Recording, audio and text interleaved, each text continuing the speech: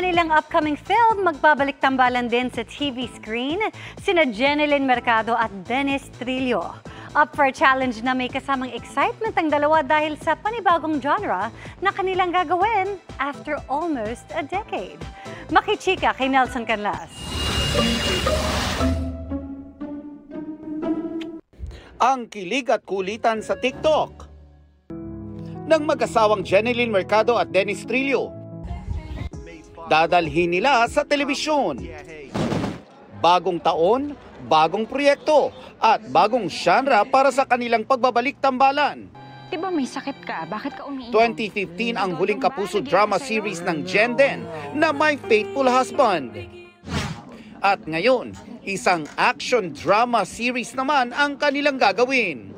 Inspired ang dalawa na gawin ang first action team-up nila at sisiguraduhin daw nila na ipupush nila ang limit ng isa't isa.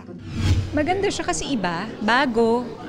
First time namin gagawa ng ganong klaseng genre. Kahit kami dalawa na-excite kami nung nalaman namin na iba siya sa mga nagawa namin na projects noon. Kailangan namin talagang paghandaan yung mga sarili namin, kailangan namin i-ready yung mga katawan namin dahil marami kami mga eksena na gagawin dito, may nag-require ng mga stunts, mga fight. Natagalan daw ang pagtatambal ng Kapuso Drama King at ng Kapuso Ultimate Star dahil hinintay nila muna na nasa tamang edad ang kanilang bunsong si Dylan. Yung baby namin, at least kahit papano ngayon, mas kampante na kami na iwan siya dahil alam na namin na kaya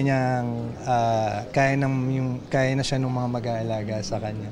Sabi ko nga, hindi ako mag-work hanggat hindi pa dumarating yung point na nakakapagsalita at nakakasumbong na siya. Para alam ko na kung ano yung mga nangyari sa araw niya, gano'n. Kasi so, ngayon marunong na talaga. Garantisado na raw ang mga action scenes, lalo't kasama nila ang tulad ni Roy Benson. Samahan pa ni na Altan Tay, Zoren Legaspi at Allen Dizon. Makakasama rin nila no less than Miss Nova Villa, pati ang beauty queen actress na si Marina Benipayo.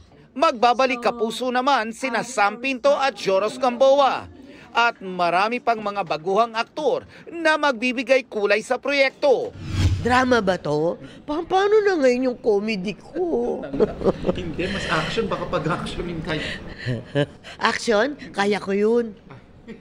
Sabi nga ni Direk, ano daw meron daw akong double. Ayoko mag-double. Dax, no? Mas masarap laruin yung drama, action, comedy. Kasi sa mga tao ngayon, ang hinahanap nila yung kung paano mo titimplahin yung mga genre and paano mo i-deliver at ikikwento. So, yun yung exciting doon. Nelson Canlas, updated sa Showbiz Happening.